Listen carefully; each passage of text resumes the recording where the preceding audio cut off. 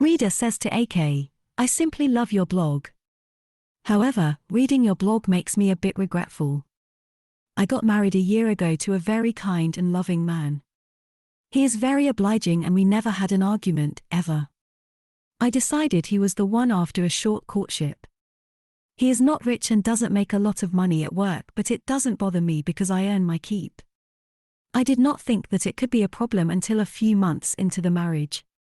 He is very caring and sweet, but he doesn't seem to know much of anything and doesn't seem interested in learning. A big problem is his inability to understand basic money management. I thought he understood budgeting but had trouble with impulse buying, but by now I don't think he understands. I feel bad for flaring up, but he would literally spend the very last dollar of his salary by end of each month. When I tried to show him how bad his financial situation was, he would hug me and said I was worrying too much. I love him, but I am also thinking of giving up. AK says to reader, welcome to my blog. First, I must say that I mostly blog about personal finance matters. I am definitely not an expert on relationship matters, and I am definitely not an expert on marriage. So, based on this, I know if I were in your shoes, instinctively, I would dump that. I like a sack of rocks. Too heavy a burden to be carrying around for even a moment. I would not dream of dragging the sack around for life. Yikes! Who threw a shoe at me? Who? Let me continue.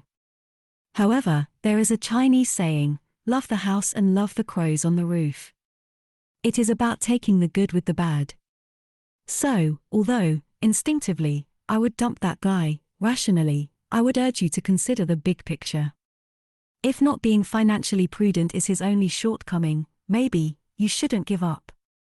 Love the house and love the crows on the roof. As long as the number of crows are not too many, it isn't too bad unless you care about appearances. However, if the crows are so numerous that the roof might collapse under their weight, you should run for the hills. I always tell people that investing in stocks is a little like getting married. We could also say that getting married is a little like investing in stocks. There is bound to be some rough patches. For example, Warren Buffett's late wife, by his own admission, saw him as a challenge. I am just borrowing someone else's wisdom here. I don't have any in this area.